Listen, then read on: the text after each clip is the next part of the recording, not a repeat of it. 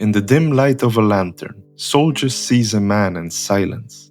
One betrays him with a kiss, and in that single moment, everything changes.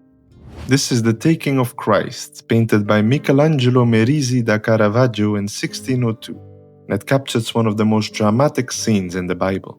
The painting shows the moment after Judas identified Jesus to the Roman soldiers. This happened in the garden at the foot of the Mount of Olives in East Jerusalem. It's this act that led to his arrest, trial, and crucifixion.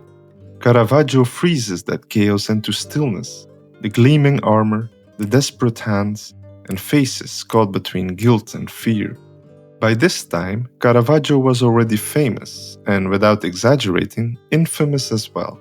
He had to flee Milan following a violent incident, but he rose up to become the star of Rome's Baroque scene.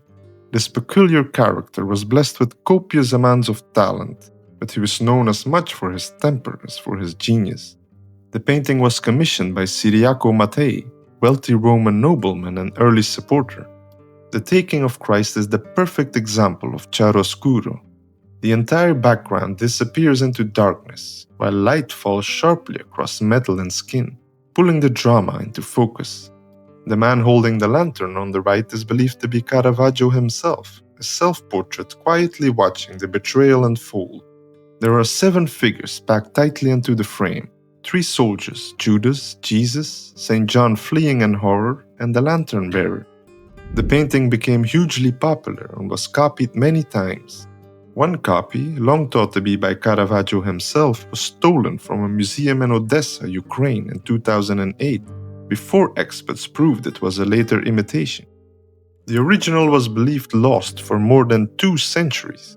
It wasn't rediscovered until 1993, hanging quietly in the dining room of a residence in Dublin, mistaken for a work by a lesser-known painter.